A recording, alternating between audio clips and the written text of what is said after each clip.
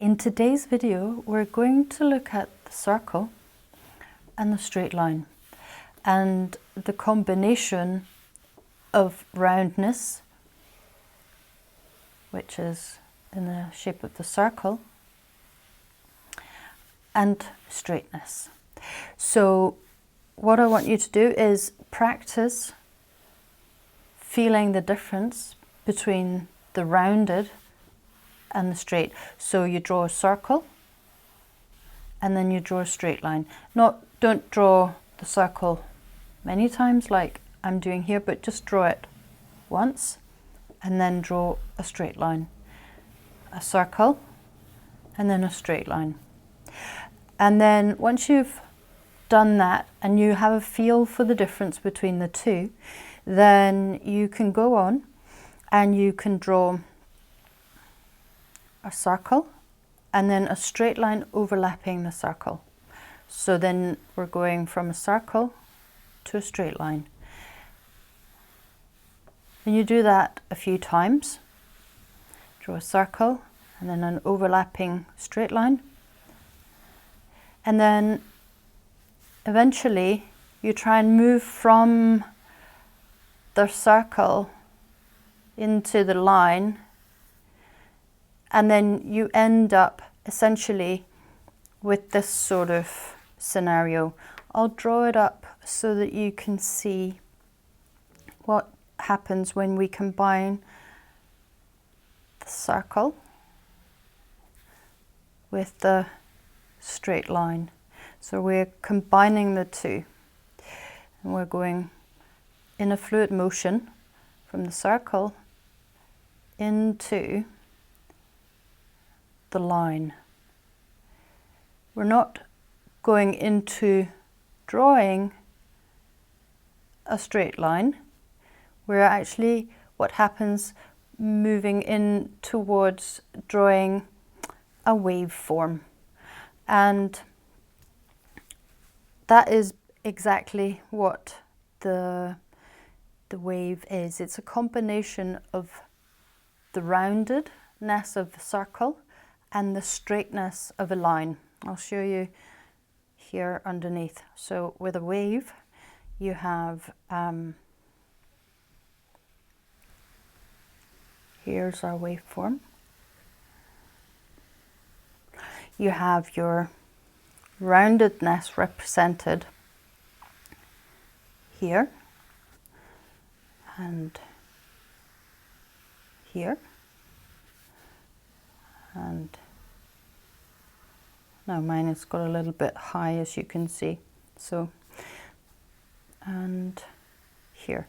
But really the circles should be more or less sort of on a straight line.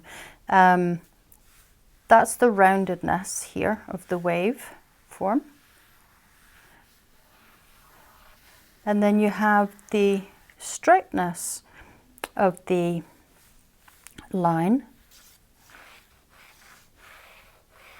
in this part here. So if you were to create a wave just with straight lines, it would kind of look like this. So you would have to go like that, and then you'd have to turn and then walk this way, and then turn and walk this way, and then turn and walk this way, turn and walk this way. If you imagine that you're standing here, when I say turn and walk, say if you imagine that you're standing here and facing this direction, you would walk on a straight line, and then up here you would have to turn your body and face this way as you'd walk down to get more of a sense of a curve. But of course a curve is kind of rounded, and of course you have that with the circle, which is why combining the circle with the straightness of a line is what gives us this waveform. So a waveform is a combination of round and straight. You maybe don't think of it like that normally, but it is. So now that we've drawn this, I can go on and show you how we can play with this waveform. As you may remember, in Form Drawing Friday exercise number 12, we talked about how we can begin playing with the form, and I'll show you what I mean by that in just a moment. We really want to maintain a simple basic rhythm, and it can look in a variety of ways. I mean, there is absolutely no right or wrong. The only thing is that you should kind of try and maintain a basic form as a visible theme. So you can do all sorts of things.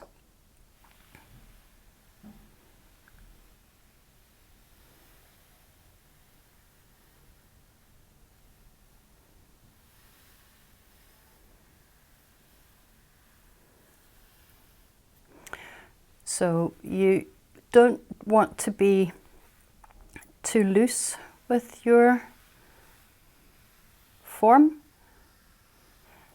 And as you can see here, there isn't really a visible theme to this. Whereas here I have 2 bumps and then I go up, and I have 3 bumps, and then I go back down and I have my 2 bumps, and then I go up. And if I was to continue this, it would have 3 bumps. So that's a theme. And again, the same here.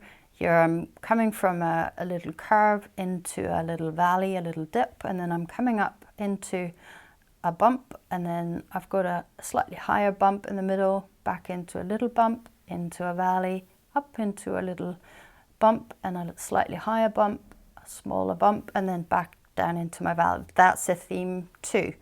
So those are just 2 different ways of playing with the line.